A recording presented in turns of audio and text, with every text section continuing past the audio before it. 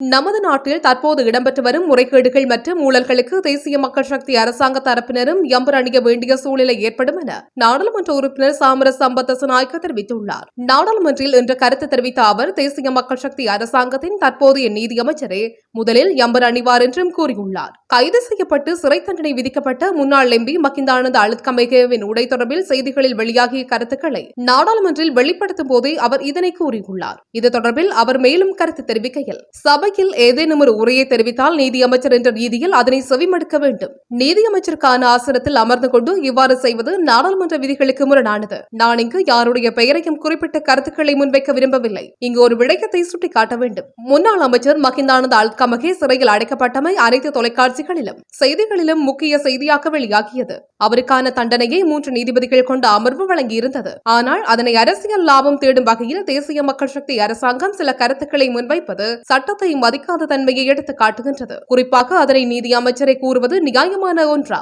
உங்கள் அரசாங்கத்தில் உள்ள முன்னாள் சபாநாயகர் போலியான கல்வி சான்றிதழை வழங்கிய ஒருவர். பின்னர் அதன் உண்மை தன்மைகள் வெளியாகியவுடன் அது பொய் என்று அவரை ஒத்துக்கொண்டார். இந்த குற்ற செயல்களுக்கு அவர் எம்பர் அணிவது கட்டாயமாக்கப்படும். முன்னாள் அமைச்சர் எஸ்.பி. திசாநாயக்க எம்பர் அணிந்துள்ளார். ரஞ்சன் ராமநாயக்க எம்பர் அணிந்துள்ளார். ஒரு நாள் உங்கள் தரப்பில் உள்ளவர்களும் எம்பர் அணிவார்கள். அது தொலைக்காட்சியில் கட்டாயம் ஒளிபரப்பப்படும் என்பதை மறந்துவிட வேண்டாம். நினைவில் வைத்துக் கொள்ளுங்கள். நீதியமைச்சரை நீங்கள் முதலில் எம்பர் அணிவீர்கள் என்றார்.